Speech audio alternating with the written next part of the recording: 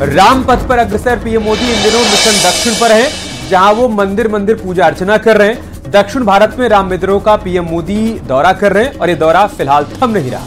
PM Modi शुक्रवार और शनिवार को भी दक्षिण में ही कर्नाटका और तमिलनाडु के दौरे पर होंगे और इस दौरान वो रामेश्वरम मंदिर जाकर दर्शन करेंगे। हालांकि पीएम मोदी के दक्षिण दौरे के सियासी मायने भी निकाले जा रहे हैं। आपको बता दें कि दक्षिण के राज्यों में लोकसभा की 130 सीट आती हैं। इनमें से सिर्फ कर्नाटक में बीजेपी की स्थिति मजबूत है। तेलंगाना में कांग्रेस की नई सरकार बनी है, यानी कि इस राज्य में भी बीजेपी की स्थिति ठीक नहीं है। वहीं तमिलनाडु और आंध्र प्रदेश की बात की जाए तो वहां पर भी बीजेपी फिलहाल कमजोर ही है। और केरल की बात करें तो यहां पर बीजेपी के पास एक लोकसभा सीट नहीं है, एक भी लोकसभा सीट नहीं है। यानी साउथ के कमजोर किले को भेदने के लिए पीएम मोदी खुद मिशन दक्षिण पर जुटे हुए, जहां से वो राम के नाम पर संदेश दे रहे हैं। इसी पर आपको दिखाते हैं ये रिपोर्ट।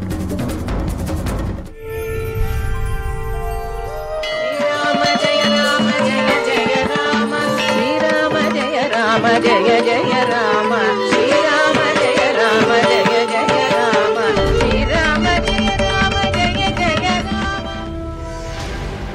मिशन 400 के लिए अयोध्या रूट से दक्षिण के द्वार को भेदने की तैयारी हो रही है। पीएम मोदी पिछले 2 दिनों से दक्षिण भारत के मंदिरों में पूजा पाठ कर रहे हैं, जो अभी थमने वाला नहीं है। पीएम मोदी शुक्रवार और शनिवार को भी दक्षिण में कर्नाटका और तमिलनाडु के दौरे पर रहेंगे और रामेश्वर मंदिर जाकर दर्शन करेंगे।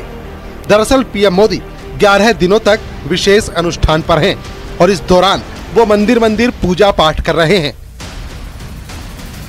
आजकल तो पूरा देश राममय है, राम जी की भक्ति में सराबोर है।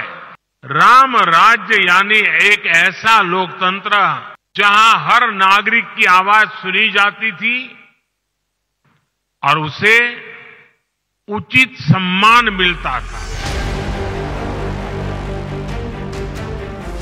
पीएम मोदी का दक्षिण दौरा इसलिए भी खास है क्योंकि तेलंगाना में कांग्रेस की सरकार बनने के बाद उत्तर और दक्षिण की सियासत जोर पकड़ चुकी है। कांग्रेस के बड़े बड़े नेता अब उत्तर से दूर दक्षिण प्रवास पर हैं, चाहे राहुल गांधी हो या सोनिया गांधी। सबकी कोशिश दक्षिण की सियासी आंधी पर है। ऐसे में अब बीजेपी भी दक्षिणी राज्यों में पैठ बनाने निकल चुकी है, वो भी उस मुद्दे के साथ जिसकी गूंज देश ही नहीं बल्कि दुनिया में भी है। साथियों, कुछ ही दिन पहले अयोध्या में महर्षि वाल्मीकि इंटरनेशनल एयरपोर्ट का लोकार्पण करते हुए मैंने केरला में स्थित रामायण से जुड़े 4 पवित्र मंदिरों नालंबलम की बात की थी। केरला के बाहर बहुत लोग नहीं जानते कि ये मंदिर राजा दशरथ के 4 पुत्रों से जुड़े हैं। ये सौभाग्य की बात है कि अयोध्या में राम मंदिर की प्राण प्रतिष्ठा से कुछ दिन पहले ही मुझे त्रिपुरायर के श्री रामस्वामी मंदिर के दर्शन करने का अवसर मिला। 2014 से विजय रथ पर सवार बीजेपी ने विपक्ष के कई किले ध्वस्त कर दिए। विपक्ष के उन गढ़ को भी तहस नहस कर दिया जहां कभी परिवार का बोलबाला था। तो अब राम रथ से विजय पथ की ओर अग्रसर बीजेपी दक्षिण के सियासी द्वार भेदने की रणनीति पर आगे बढ़ रही है। दरअसल दक्षिण भारत के 6 राज्यों पर बीजेपी का फोकस है। दक्षिण के राज्यों में लोकसभा की 130 सीटें आती हैं। सिर्फ कर्नाटक में बीजेपी की स्थिति मजबूत है। कर्नाटक में 28 में से 25 सीटों पर जीत मिली थी। तेलंगाना में 17 में से सिर्फ 4 सीटें ही मिल पाई थी। तमिलनाडु, आंध्र प्रदेश, केरल में एक भी सीट नहीं। यानी दक्षिणों के मंदिर में पीएम मोदी की पूजा कांग्रेस के लिए सियासी इशारा भी है, क्योंकि राम मंदिर के विरोधियों को बीजेपी चुनावी मैदान में भी देश के सामने लाना चाहती है, जिसकी शुरुआत इस बार दक्षिण से हुई है। Bureau report, news 18।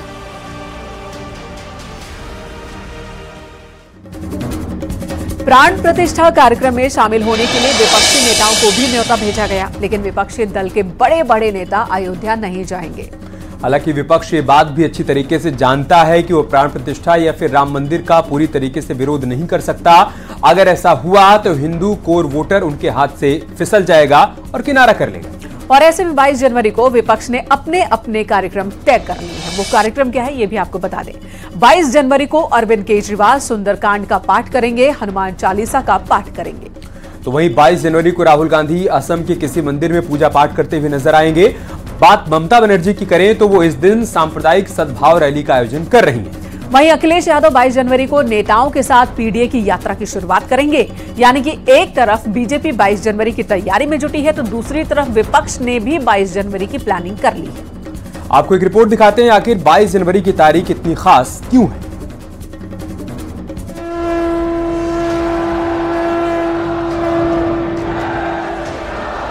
Siyavar Ramchandra की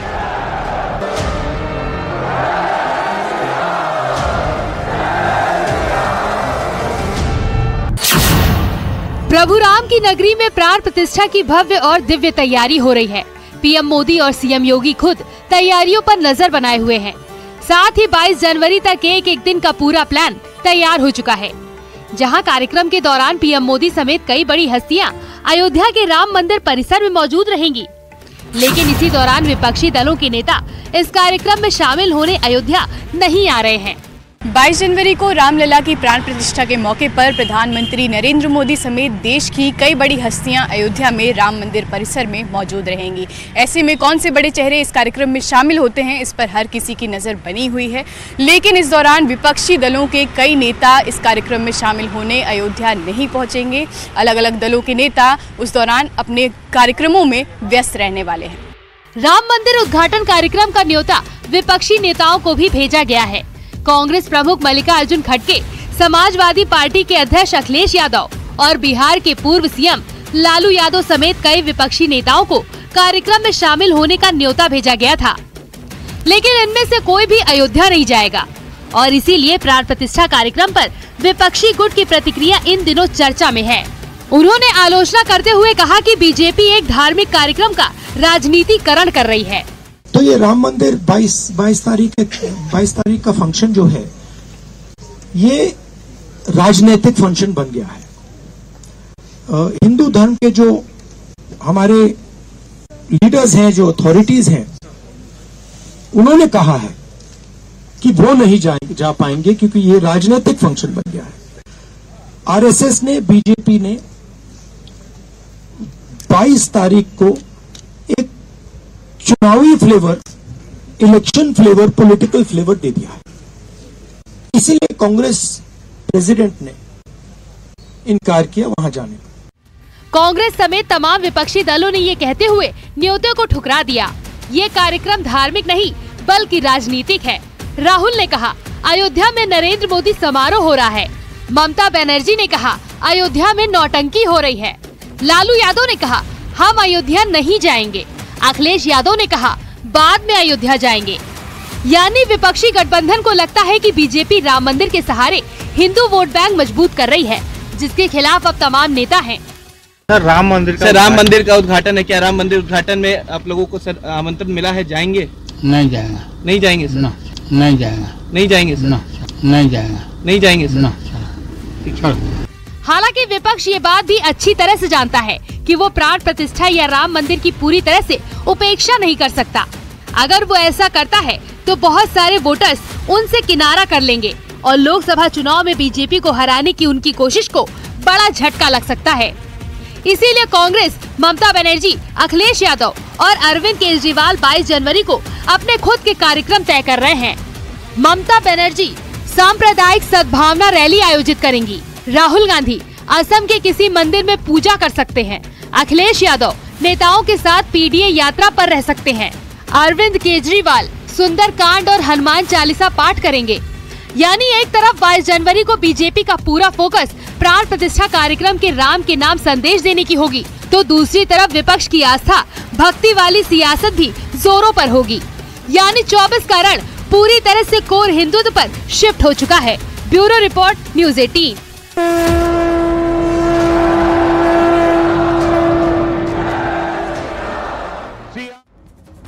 और इस बीच प्राण प्रतिष्ठा पर स्वामी प्रसाद मौर्य ने बड़ा बयान दिया है। स्वामी प्रसाद मौर्य ने प्राण प्रतिष्ठा को बीजेपी का कार्यक्रम बता दिया है। स्वामी मौर्य ने न्योते को प्रायोजित बताया और कहा कि बीजेपी के हिसाब से ही लोगों को न्योता दिया जा रहा है। आपको सुनाते हैं स्वामी प्रसाद मौर्य का बयान। मंदिर बनने का स्वागत है, लेकिन जिस तरीके से भारतीय जनता पार्टी करोड़ों करोड़ों लोगों के आराध्य भगवान राम लला को का राजनीतिकरण कर रही है, वो उचित नहीं है। कुल मिलाकर के रामलला जी के प्राण प्रतिष्ठा के कार्यक्रम को भारतीय जनता पार्टी के लोगों ने भारतीय जनता पार्टी का कार्यक्रम बना दिया और यही कारण है कि भारतीय जनता पार्टी द्वारा चिन्हित किए गए लोगों के नामों की सूची ट्रस्ट को जाती है और ट्रस्ट के अध्यक्ष तथा अन्य पदाधिकारी उन्हीं को आमंत्रित करते हैं जिसको भारतीय जनता पार्टी चाहती है। इसलिए जब भारतीय जनता पार्टी कार्यक्रम है तो स्वाभाविक रूप से स्वामी प्रसाद मौर्य का उससे कोई लेना देना नहीं। इधर समाजवादी पार्टी के अध्यक्ष अखिलेश यादव ने आज से पीडीए यात्रा की शुरुआत की। ये यात्रा 1 फरवरी तक यूपी के अलग अलग जिलों में जाएगी, लेकिन सबसे बड़ी बात यह कि अखिलेश की पीडीए यात्रा एक ऐसे वक्त में हो रही है जिस पर चर्चा चल रही है। दरअसल कांग्रेस नेता राहुल गांधी भी भारत जोड़ो न्याय यात्रा लेकर निकले हैं और उनकी यात्रा यूपी के भी कई जिलों से गुजरने वाली है। ऐसे में बड़ा सवाल यही है कि क्या अखिलेश यादव राहुल गांधी की यात्रा से दूरी बना चुके हैं या फिर वो अपनी यात्रा से ही चुनावी माहौल तैयार करेंगे। इस सवाल का जवाब भी उन्होंने खुद भी दिया। अखिलेश यादव ने कहा कि बीजेपी अपने कार्यक्रमों में समाजवादियों को नहीं बुलाती है, कांग्रेस पार्टी अपने कार्यक्रमों में हमें नहीं बुलाती है, अभी तक कांग्रेस से न्योता हमें नहीं मिला है और इसलिए ये यात्रा समाजवादी आंदोलन है। उन्होंने ये भी कहा कि यूपी में किसी और यात्रा से पीडीए का कोई लेना देना नहीं है, क्योंकि देश और संविधान बचाने के लिए पीडीए यात्रा अहम है। यानी अखिलेश ने साफ कर दिया है कि वो राहुल गांधी की यात्रा से नहीं जुड़े। और ऐसे में सीट शेयरिंग की ताजा स्थिति क्या है, ये जानना भी बहुत जरूरी है। इस रिपोर्ट को देखिए और समझिए कि कहां तक पहुंची है बात सीटों को लेकर।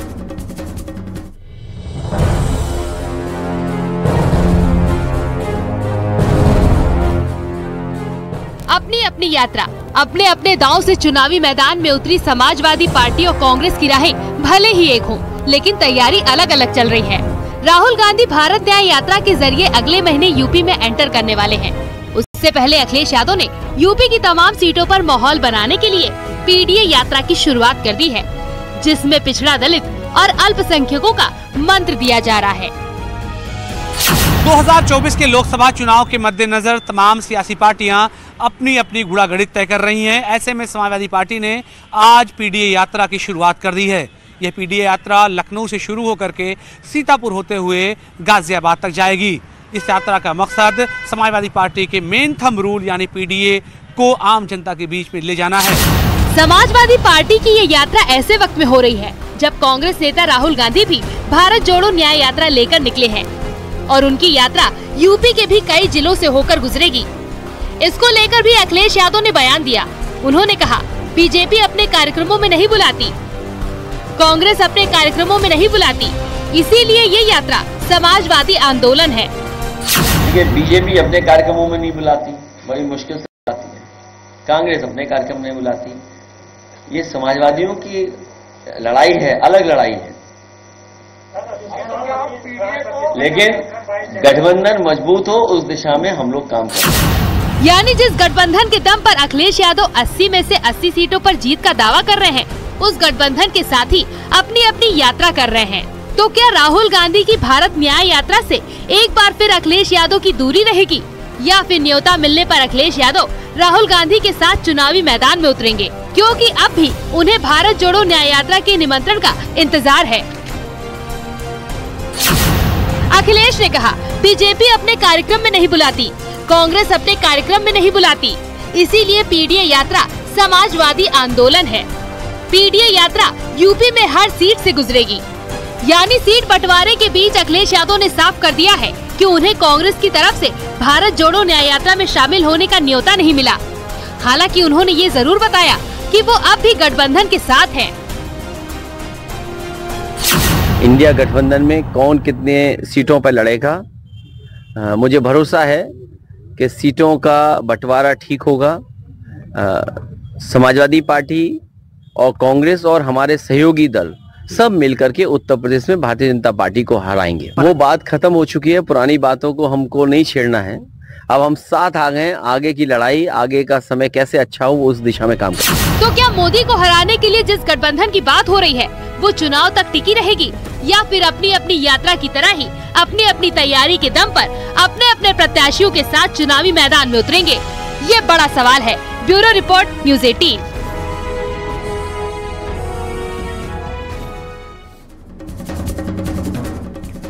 इधर मायावती को इंडिया गठबंधन में शामिल करने के लिए अब कांग्रेस के बाद समाजवादी पार्टी भी बेचैन है। अखिलेश यादव को मायावती के गिरगिट वाले बयान से भी कोई फर्क नहीं पड़ रहा है। सपना मायावती को पीएम फेस बनाने की वो देख रहे हैं, और इसी पर आपको एक रिपोर्ट दिखाते हैं कि आखिर मायावती के लिए अखिलेश का अचानक से हृदय परिवर्तन कैसे हो गया।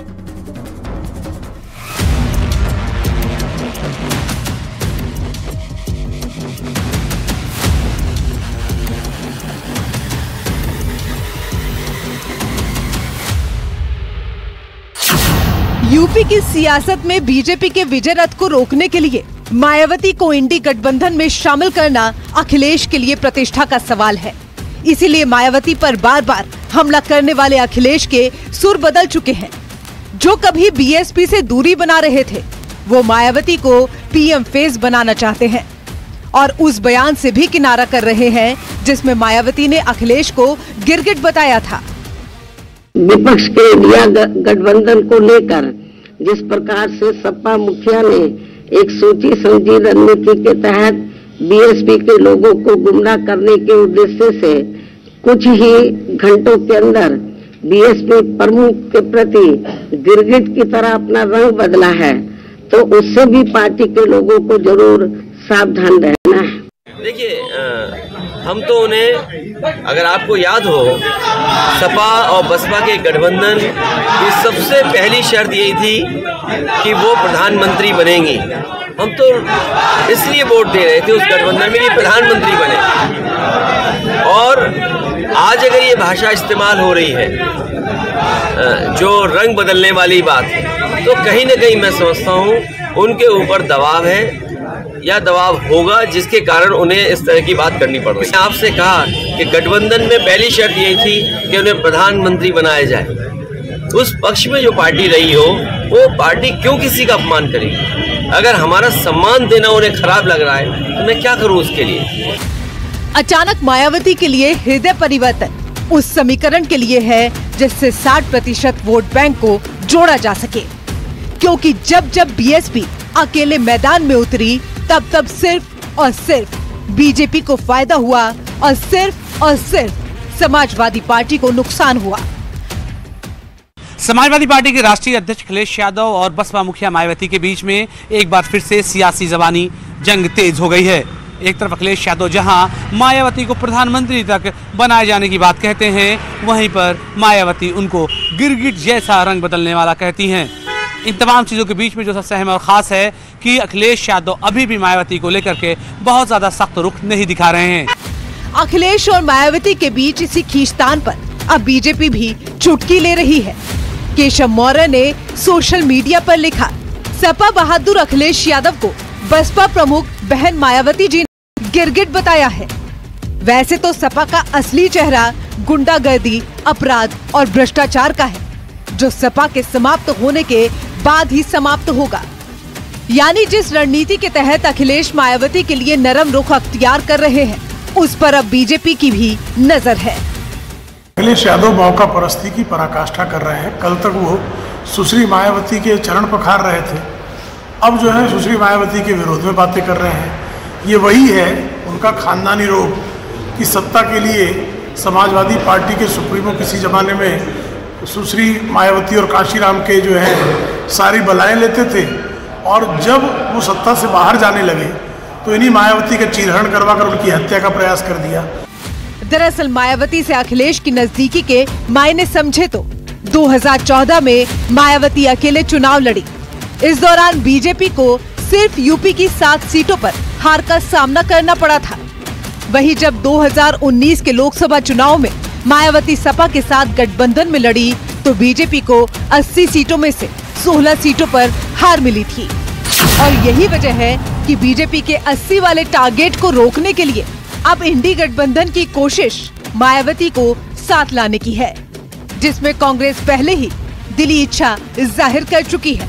तो अब अखिलेश यादव भी मायावती को पीएम फेस बनाकर साथ लाने की कवायद में जुटे हुए हैं। Bureau report, news 18।